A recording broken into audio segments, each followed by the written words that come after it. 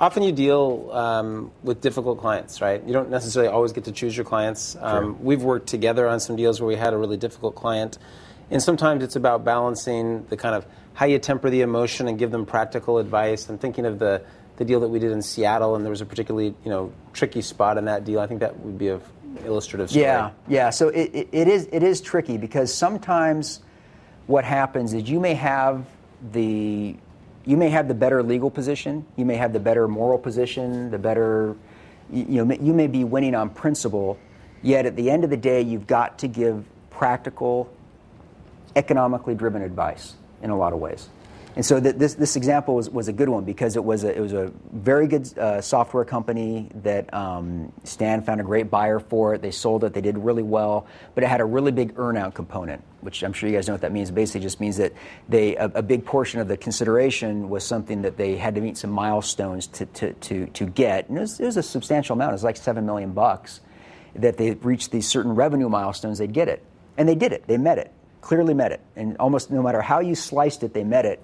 And the big private equity fund basically just said, "No, we're not going to pay it. We don't think you met it." Like, wait, the document says you met it. We actually spent a lot of time drafting that provision. It's the right thing to do because you agreed to do it. All these different reasons. Like, yeah, but we got really deep pockets. We think if we fight this, whatever we spend on legal fees, just by saying we're not going to pay it, we're going to save money. And I said, what are you willing to pay? 0. So my starting point was 7, theirs was 0. And he said, okay, let's start working. They had absolutely no ground for this position. They had their attorney call me up, who was actually a very well-known M&A attorney. And I actually kind of liked the guy. We used to practice together at Brobeck. He calls up and says, you know what, between me and you, you're absolutely right. Your guys met the milestone. There's no question. He said, he said, the letter you just sent me explaining how they met the milestone is great. I'm going to put it in my form file. Thank you. It's a great letter. I love your points. And he said, but my guys don't want to pay it.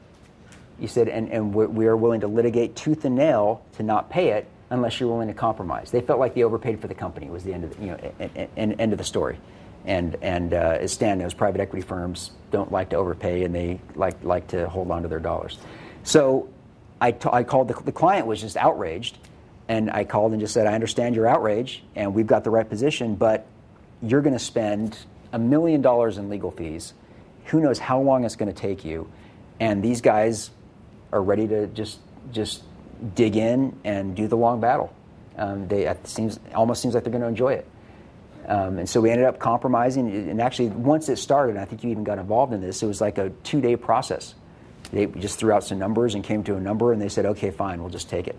And again, we had the better position, but you have to give your clients the right advice of okay, practically speaking, do you want to fight this? And actually, in some ways, economically, if we would have fought it, I would have gotten my litigators involved. I probably would have made more money for my firm.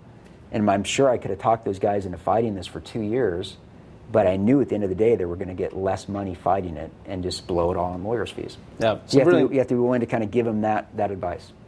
So the lesson I take from that is sometimes it's about choosing the practical